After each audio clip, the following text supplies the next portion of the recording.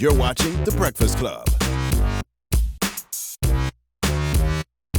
Morning, everybody. It's DJ NV, Angela Yee, Charlamagne the God. We are The Breakfast Club. We got a special guest in the building. Who's always making a sneaky power move. Biggs, Kareem Burke. Welcome back. What's up, family? How's everything? Everything is great. Now, we tried to watch these two movies that you got, but you changed the passwords on us. Yeah. We couldn't watch these movies. I told him to get them some clips. I said, I don't want my stuff on the fire stick, man. I know how Charlamagne is.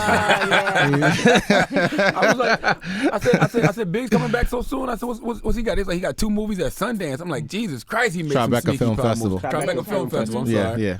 Now, let's talk about these two movies since we haven't seen it. So let's start with OG. Premiered last week. Yep. What's OG about? OG is about a movie. Jeffrey Wright starring in it, and it's a mental challenge that he's going through. He's after 30 years in prison. He's getting out, so dealing with being institutionalized, being scared to enter back into society, and at the same time, the mental challenges and the physical challenges going through stuff in prison with the prison politics and going through some circumstances that might keep him there for another 20 or 30 years. That's a story that's never told. I mean, 30 years of your life, you in jail, and then you come back in 2018 with all this new technology. Yeah. Like, how do you adjust? It's hard because I know friends like that. You know what I mean? When I was in prison, there was guys there, a friend of mine who was down, I think, at that time for 19 years. And he was telling me a time when he was working in at the laundry unit, and they gave him access to a car, like to drive from one. He didn't even know how to start the car. Wow. And, stuff like that. It gave him anxiety. He was scared. Same thing, cell phones. They didn't know what to do. It's interesting because of both of these movies, you have real prison inmates that are playing in the movies, right? First time that's ever been done. That is interesting to me because I was reading their statements that are in the notes that you guys sent to us and how impactful something like that is for them to be in jail, because we see things like Lock Up and we see documentaries all the time, but we don't ever see the inmates involved in the making of an actual movie and acting too as well. Yeah, so Pendleton Prison, they actually gave us access. So probably more than half of the actors are all inmates. And it's kind of, I'm curious to see, know when you guys see it, to try to find out who's inmates or actors. But even the guys who was editing the dailies couldn't even tell.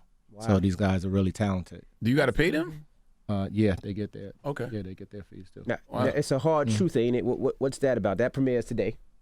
That premieres today, and that's the documentary of the inmates telling the story on how to actually create the movie. And they wanted to be vulnerable. They wanted to give everybody access to their lives, and then at the same time, they wanted to tell their stories.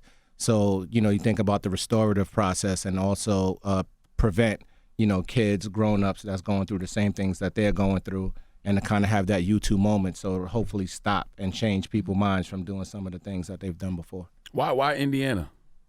That's the only prison that gave access, so part of the DOC. Wow. So why did that prison give access? I mean, I'm sure you try to closer to home. Well, it wasn't me. It was actually the director. So she reached out to several places, and Indiana was one. It's never been done before. So the warden there and some of the staff was open to the idea. And things like this can be life-changing, because when you're behind bars and you're like, okay, no one really cares about us, you're not learning certain skills that could be useful or beneficial, or even give you some type of like joy in thinking something like this could never happen for you, to know that you could be there learning how to do these things. Yeah, because the stats is crazy. 70% recidivism is over, 2.2 million people in jail. It's 25% of the population, and it's just crazy. Well, 25% of the world population, United States have in prison. So, and then 50% chance that the kids go to prison if one of the parents go to jail. So it's a system that's really just feeding itself right now. And at the same time, there aren't enough programs. There aren't enough people doing things to keep these people from going back. So that's another platform. I have a nonprofit actually called NCS Inside, and men every week go into prison just to build relationships with inmates. So I'm actually going to Gardner Prison next week, actually to speak as well. But my beta program is in Bridgeport, Connecticut. I wonder when we are going to turn correctional facilities into actual correctional facilities. Meaning, like, when these people go in there, they can get degrees that can help them when they come out in the real world, or they can work out and really get their body right. Like, why not try to reform these people while they're in jail? that's what the process is supposed to be, right? So we talk about rehabilitation, but we know right now it's about punishment. It's not about compassion. Why do you think it's important these stories get told? I think the dialogue needs to start. So for it to be changed, people got to start talking about things, and it's unfortunate that sometimes things have to happen over and over and over again, for to shine light on it. So you think about what happened with Khalif Browder or Trayvon Martin and stuff, but as it kept happening again and again, it was like, okay, enough, stop. So but the dialogue has to start, right? And then when you have that platform to show these things, that's the only time change could take place. Right.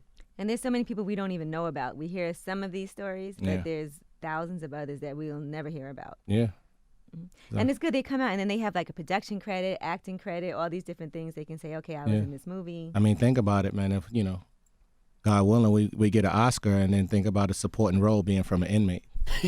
No, that'd be dope. That'd be crazy. I thought inmates couldn't make money off their crimes or something like that. Yeah, well, what happened is that a portion of that does go to repaying whatever it is, the restitution for their crime as well. So that makes sense. Gotcha. Were you always involved in like the film aspect of Rockefeller earlier? Yeah. Okay. Yeah. So we had obviously State Property 1, 2. We had Woodsman, Shadow Boxer. Paid in full. Paid in full as well. Yeah. Now you were able to see actors early. Is there anybody that you've seen in any of the scripts that you'd be like, I think he could be it. I think I need to put my arm around him. Was you talking about from the film? Yeah. The guy Derek that played Beecher. He was really good. But all the inmates as well. Were there any issues while filming? Not that I know of. I came on a project late. It was already done. Oh, but okay. I've heard all the stories. But yeah, the issues were for The Hard Truth. They had 3 more days to get it shot, and then something happened in the prison and it got locked down. So they left the cameras in there, and the inmates actually finished the movie. Really? What? Yeah. Like Snow on the Bluff. Yeah. So inmates was like, all right, we'll take care of it, and they shot it. Yeah. So you got directors That's in there. Now actually you got to pay director's fees and all kinds of stuff. So even after the premiere and OG as well, we was able to Skype the prisoners in, so they was able to do a Q&A with the audience as well. So it was, They were like, That "Look, ward we is gonna cool finish as this hell, movie." man. That ward is allowing them to do a lot. That ward is know. cool as hell. How hard is it to translate like real street life or real situations like that onto cinema? the thing about it, I think it was harder for Jeffrey, so him getting into a role trying to play an inmate, but he's around 100 inmates, you know what I'm saying? So I think that was the biggest challenge. I wonder if it's going to scare kids, though. Like, I feel like you got to show those real life situations like prison and what it really does to you to like really scare them straight. I don't. This movie isn't about that. It's more about the challenge and what the guy goes through, and it's that cerebral challenge, right? That mental thing that you go through, and it's like, man, in or out in those decisions. So it's more about that. It's not about a bunch of violence. And I was So reading think, the statements, and I saw one of the inmates that's acting said that he had the realization that he committed a crime. He's in there for a crime that he did commit. And at the time, he didn't think about the lives that it affects of people around him. So it was kind of like a revelation for him and an understanding. And it is a way to educate other people. Like, because sometimes you do things and you don't think about the consequences. You don't think about the other people, the people that are suffering. So. Yeah, I mean, even, with my situation, when you going into prison, you just think, yeah, I can handle it. It's no problem. But you don't think about the snowball effect, what happens to the communities and the families and how it affects kids and stuff like that. So my son went through a really rough time, but I would have never thought about that. And that wasn't even on my mind going in. You're just thinking about yourself and how you're going to handle it. But, yeah, that happens all the time. I mean, even in your situation, you think about it, weed is being legalized so much now. Yeah. And that's the same thing that you were locked up for. So how does that make you feel? Like soldier at war. I took one for the team. Yeah. Now we gotta talk about somebody that you put your arm around. Oh, that's what we was about to do right now. Kanye West. Uh-huh. I'm sure you've seen the tweets. What did you think about his Twitter rampage, talking about Trump and all that stuff? I didn't see. I keep hearing about it. I've just been really busy all week with the film, but I have been hearing about some of them. Mm-hmm. But really about the releasing of music. That's what everybody's really talking about. But I did an interview the other day, and somebody mentioned, they were trying to quote what he was saying. I was like, every day everybody's telling me he's tweeting something else. I seen you was with him the other day too, right? Yeah, I was with him last week. We actually did an interview that's going to come out real soon. Okay. Yeah. So, Kanye's always challenged conventional wisdom to me. Yeah. You know, when everybody goes left, he tends to go right. Yeah. No pun intended. You know what I mean? So, I mean, it's like... Does it hurt for someone to hear him say something like, I love Donald Trump and... I don't know what's behind that. So, you know, a lot of times, like at the same time, I'm promoting a movie talking about compassion over punishment and to forgive prisoners. So for me to say, to look at Kanye and have anything to say against that, it'll be kind of tough. But I would need to know what's the intent and why he's saying it, and if it's a disagreement, it's a disagreement. Right, I mean, it's fine to not agree. He's just another person who has an opinion, but people look at it because he has a huge platform that he can't say certain things, you know. So that he should be muffled. You're right, and that's why it's hard for me to even have a conversation because I spoke to him. Like the question nobody's asking is why. Yeah, exactly. He told me why. Yeah, so it's like until y'all hear that, then I can't really. So talk I can about answer that question after the interview come out. Right. So let me see the Breakfast Club interview, and then No, that was just Charlamagne. Him and Charlamagne. okay, so, all right. Yeah. He still represent the right? Absolutely, Right? yeah, absolutely. Absolutely. You know, that's the one thing I hate about our culture sometimes, and we don't allow people to have a disagreement without having a conversation. Exactly. As soon as we say something that somebody doesn't like, we attack. Instead of saying, okay, well, let's talk about this. Let's have a conversation. And then we can agree to disagree, or maybe you might change their mind or they might change your mind. Yeah. We don't do that as a culture. Yeah, I That agree. bothers the shit out of me. So Lex, I would like to understand the intent. And Is there anything exactly you what could feel like you love about Donald Trump? No. Off the top of your head? No, not off the top of my head. He said, nah. nothing policy wise. Yeah, definitely nothing policy wise. I mean, I don't know him personally neither, but you know, Just the fact he's politically incorrect yeah, is kind of refreshing in politics. and let's see what that causes, right? That might cause some type of uprising and cause people to do things different. So it's just like sometimes you go through failures that'll help you get through situations and help you become wiser and smarter. So let's hope that this changes the way, bring people together. Oh, it makes the next president feel like, you know what, I can say what I want to say too. Yeah. You know? Yeah. Now, how did you end up getting involved with OG and It's a Hard Truth, ain't it? A friend of mine named Wally, he actually sent it to me. So, because I'm actually starting my own film division. So this project came to him and he was like, this would be perfect for me to be a part of. So after watching the film and relating to, what happened in the documentary and in the movie, I thought it was something that I wanted to echo and give a platform to and talk about so people could see that and hopefully cause some change. Is it a strategic thing to never talk about something until it's done? Because I feel like you don't ever speak about anything until it's done. When it's there and it's ready to go, that's when you start talking about it. Yeah, for me it's because I don't like to, start talking about stuff and then it don't happen. So I like to get things in the bag, There's a few more things, so I'll talk about, I'm not going to. Give us a little hint. Yeah, no, not yet. I'll call back. I'll get the call. Let's talk about the next season of clothing. Like, your clothing, you rebranded, relaunched, did very well in Barney's. Now, what's next for clothing? And I see you did some more stuff with sneakers, not just the Air Force Ones now. Yeah, no, right now it's just the Air Force Ones. That deal is up with Nike. But I see some other sneakers you was wearing on something. Yeah. With the logo. Not yet? Not yet. Those are one-of-ones. Okay. But those are actually custom. Somebody had did those for me. But the 4th of November, that's relaunching in November. And then the Reasonable Doubt streetwear line, that's going to be coming out around the same time too. So, and we're looking to do some things with Redo. So I changed Rock 96 to Redo 96, and I made it a special design unit.